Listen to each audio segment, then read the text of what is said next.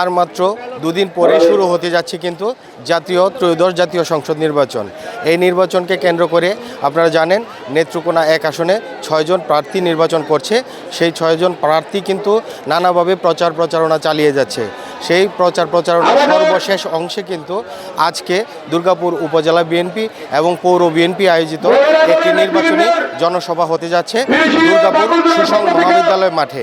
এই সুসং মহাবিদ্যালয় মাঠে আজকে আপনারা ইতিমধ্যে দেখতে পাচ্ছেন বিভিন্ন ইউনিটের নেতাকর্মীরা তারা বিভিন্ন উপজেলার বিভিন্ন স্তর থেকে, ইউনিয়ন থেকে এবং পৌরসভার বিভিন্ন জায়গা থেকে তারা মিছিল সহকারে এখানে এই জনসমাবেশকে সাফল্যমণ্ডিত করার জন্য কিন্তু ছুটে আসছেন। তো আজকের এই জনসভায় প্রধান অতিথি হিসেবে কিন্তু উপস্থিত থাকবেন নেত্রকোনা 1 আসনের ধানের শীষের মনোনীত প্রার্থী এবং কেন্দ্রীয় বিএনপি আইন বিষয়ক সম্পাদক ব্যারিস্টার কায়সার কামাল। আমরা সরাসরি আজকে ওনার বক্তব্যে চলে যাব। প্রশাসনকে অনুরোধ করতে চাই, আইন শৃঙ্খলা রক্ষাকারী বাহিনীকে অনুরোধ করতে চাই, সারা দুর্গাপুর কলমাকান্দার 124টি ভোট কেন্দ্র আছে। সেই ভোট কেন্দ্রে আমার মা, আমার বোন, আমার যুদ্ধাহত মুক্তিযোদ্ধা, আমার যুদ্ধাহত জুলাই যোদ্ধা, আমার সর্বস্তরের মানুষ যেন নির্বিঘ্নে ভোট দান করতে পারে সেই ব্যবস্থা আপনাদের করতে হবে। জনগণ চাইলে প্রত্যেকটা হুমকির দাঁত ভাঙা জবাব দিতে পারে, কিন্তু আমরা আইনের শাসনে বিশ্বাসী।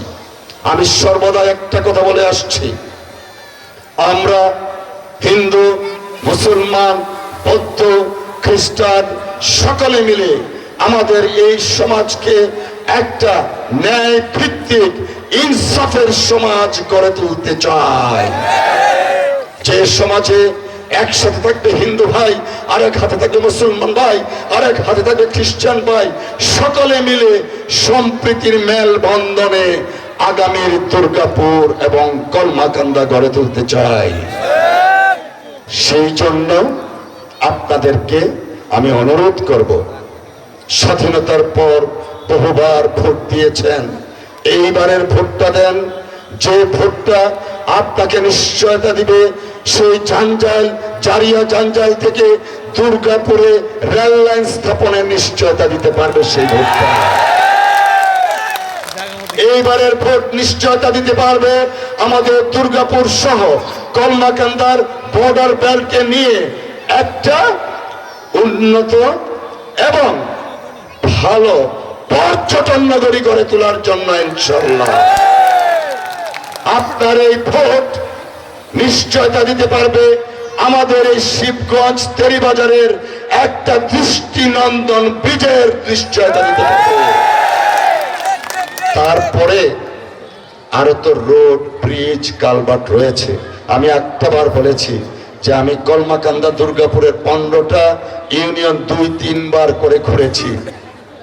ধুলায় কিন্তু গোসল করছি কয়েকবার, পানিতে না, ধুলা দিয়া গোসল করছি কয়বার।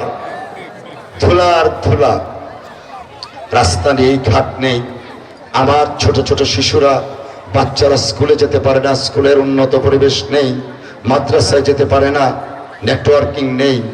আমি আপনাদেরকে কথা দিচ্ছি ইনশাআল্লাহ আপনাদের ভোটে যদি নির্বাচিত হতে পারি তাহলে আমাদের এই দুর্গাপুর কলমাকান্দার উন্নয়ন এমন পর্যায়ে নানা জল্পনা কল্পনার অবসান ঘটিয়ে শুরু হতে যাচ্ছে আগামী 12 তারিখ ভোট গ্রহণ। এই ভোট গ্রহণে নেত্রকোনা 1 আসনে কে হতে যাচ্ছে আগামী সংসদ সদস্য, কে বা এই সাধারণ জনগণের কথা বলবে জাতীয় সংসদে দাঁড়িয়ে, এর দিকে তাকিয়ে আছে দুর্গাপুরের সাধারণ জনগণ। Masum Billah, Asian television, Durgapur, Netrokona.